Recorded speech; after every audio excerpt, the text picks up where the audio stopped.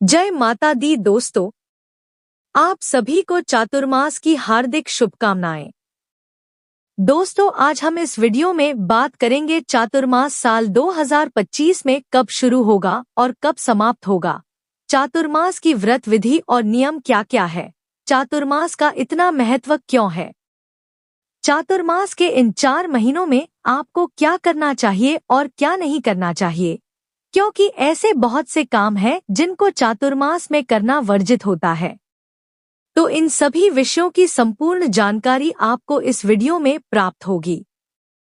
लेकिन वीडियो शुरू करने से पहले आपसे निवेदन है कि यदि वीडियो आपको थोड़ा सा भी अच्छा लगे तो कृपया एक बार लाइक अवश्य कर दीजिएगा और मनोकामना पूर्ति के लिए कमेंट बॉक्स में अवश्य लिखिएगा जय श्री हरि या जय लक्ष्मी नारायण। तो चलिए बात करते हैं चातुर्मास की। दोस्तों, आषाढ़ माह के शुक्ल पक्ष की एकादशी तिथि को भगवान विष्णु क्षीर सागर में शयन करने के लिए चले जाते हैं। वहीं कार्तिक मास के शुक्ल पक्ष की एकादशी को, जिसे देवउठनी एकादशी कहते हैं, उस दिन भगवान विष्णु जी का शयन काल समाप्त होता है और वह जगते हैं। इसी 4 महीने की अवधि को चातुर्मास कहते हैं। इस दौरान 4 माह के लिए शुभ और मांगलिक कार्यों पर रोक लग जाती है। आपको बता दें कि देवशयनी एकादशी से चातुर्मास की शुरुआत हो जाती है और शुभ कार्यों पर रोक लग जाती है। इस दौरान विवाह, सगाई, तिलक, विदाई, उपनयन संस्कार, गृह प्रवेश, वाहन आदि की खरीदारी वर्जित हो जाती है। आपको बता दें कि चातुर्मास के स्वामी भगवान विष्णु है।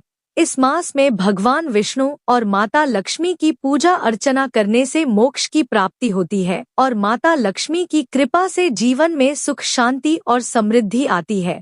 दोस्तों, ध्यान साधना, पूजा पाठ करने वालों के लिए चातुर्मास का विशेष महत्व है।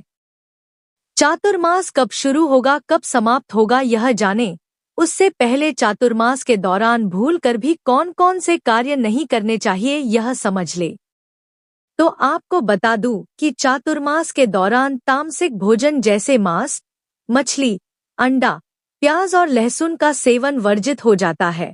इस दौरान शराब या किसी भी प्रकार का नशा करने से बचना चाहिए। इसके अलावा इस दौरान कोई भी शुभ या मांगलिक कार्य नहीं करना चाहिए। इस समय किए गए मांगलिक कार्यों के परिणाम शुभ नहीं होते हैं। मान्यता है कि चातुर्मास के दौरान लंबी यात्रा करने से भी बचना चाहिए। दोस्तों, चातुर्मास की अवधि में जितना हो सके सात्विक भोजन ग्रहण करें, धार्मिक ग्रंथ पढ़ने का प्रयास करें, अपना समय धार्मिक कार्यों में बिताएं। इसके अलावा इस दौरान किसी के ऊपर किसी भी प्रकार का अत्याचार या हिंसा आदि ना करें। आपको बता दें कि चातुर्मास के दौरान पलंग पर बिस्तर का भी त्याग करना चाहिए। इस दौरान क्रोध न करें, साथ ही संयम का भी पालन करें।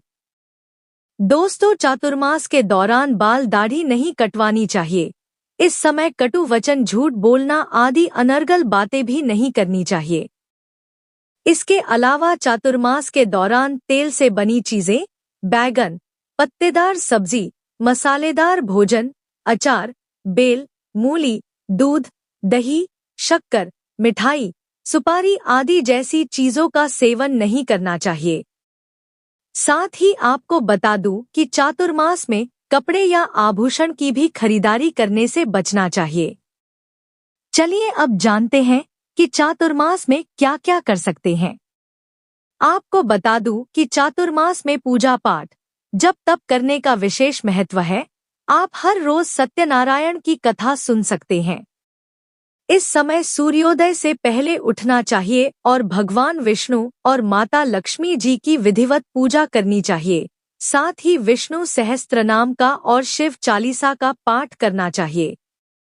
चातुर्मास में सात्विक भोजन ग्रहण करना चाहिए और ब्रह्मचर्य का पालन करना चाहिए। साथ ही 5 तरह के दान का विशेष महत्व बतलाया गया है।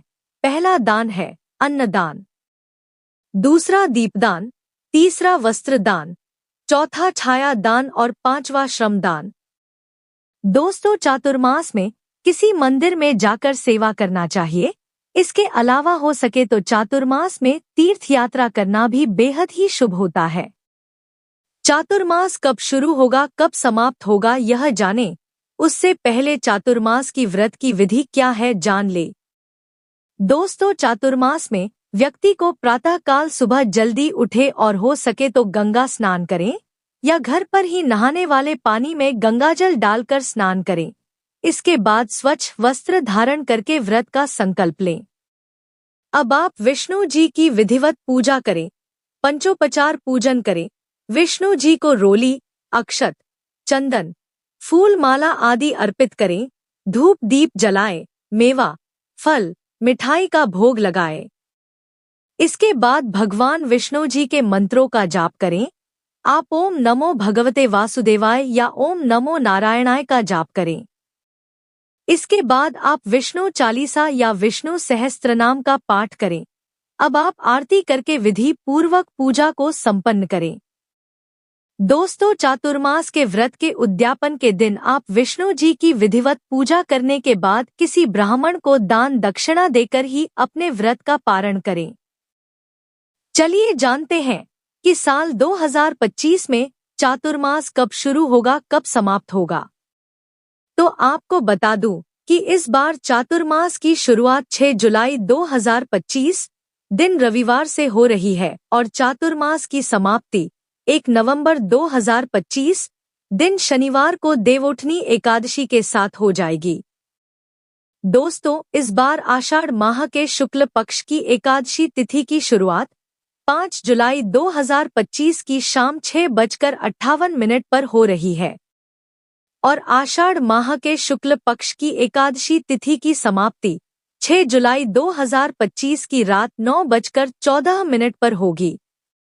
वहीं कार्तिक मास के शुक्ल पक्ष की एकादशी तिथि की शुरुआत 1 नवंबर की सुबह को 9:11 पर हो जाएगी और कार्तिक माह के शुक्ल पक्ष की एकादशी तिथि की समाप्ति 2 नवंबर 2025 की सुबह को 7:31 पर होगी। ऐसे में इस बार 1 नवंबर से पुनः विवाह, सगाई आदि जैसे शुभ कार्य प्रारंभ हो जाएंगे। तो दोस्तों, यह जानकारी आपको अच्छी लगी तो कमेंट में जय श्री हरि या जय लक्ष्मी नारायण जरूर लिखें। वीडियो थोड़ा भी अच्छा लगा हो तो कृपया वीडियो को लाइक अवश्य करें, शेयर करें और साथ ही साथ हमारे चैनल को सब्सक्राइब करें। धन्यवाद।